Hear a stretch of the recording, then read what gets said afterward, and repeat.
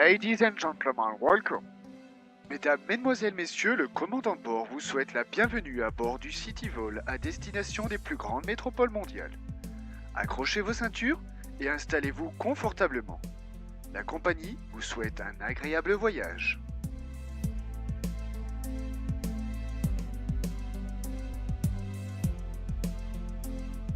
Chers passagers, nous voici en 2018. Plus de 50% de la population mondiale est urbaine. Ainsi, la moitié de la population habite en ville, c'est-à-dire qu'elle y réside, se déplace, y travaille ou pratique des activités avec les autres. Autrement dit, les humains cohabitent en ville. La température extérieure est de 15 degrés et la moitié de la population vit sur seulement 2% de la surface du globe, dans les plus grandes villes. Lors de vos excursions, vous aurez l'extrême privilège de découvrir ces villes appelées métropoles, en raison de l'influence qu'elles exercent sur les régions environnantes.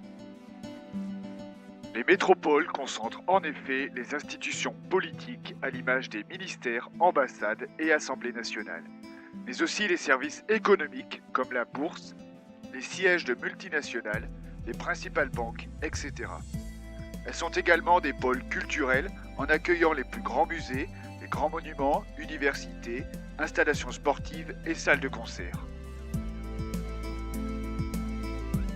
Traditionnellement, c'est dans les pays développés qu'on trouve les principales métropoles, à l'image de Paris, New York, Los Angeles et Tokyo.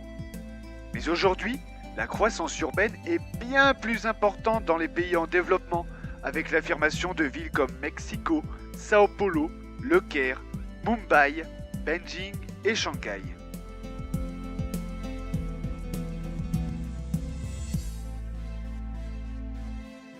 Absolument toutes les métropoles s'organisent de la même façon, avec une ville-centre entourée de banlieues qui forment ensemble une agglomération elle-même saturée de villes périphériques qui ne cessent de s'étendre avec l'arrivée de nouvelles populations.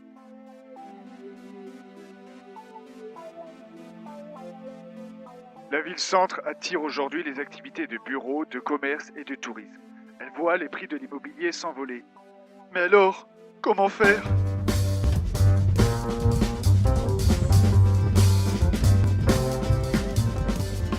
Nous avons la solution. Installez-vous plutôt en banlieue ou en périphérie pour bénéficier de plus d'espace dans les zones pavillonnaires. Au fait, dernier détail, si vous habitez dans un pays développé, vous n'aurez aucun vis-à-vis avec les voisins, puisque vous aurez probablement à proximité une usine ou des hypermarchés qui, eux aussi, ont besoin de beaucoup d'espace. Si vous voulez absolument éviter les zones industrielles ou commerciales, nous vous conseillons les périphéries des métropoles de pays en développement, avec leurs immenses bidonvilles à perte de vue.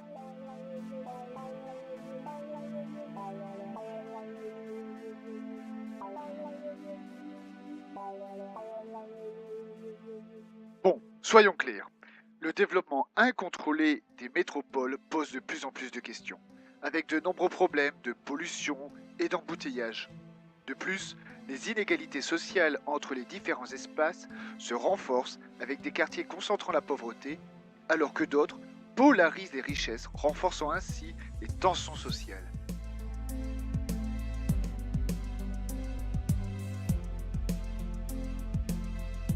Pour les transports, on a bien pensé à ça. Mais bon, pour fluidifier la circulation, il faut plutôt compter sur les transports en commun, moins polluants, et aux véhicules électriques ou à des transports doux à l'image des vélos. Pour se loger, on pensait plutôt à ça.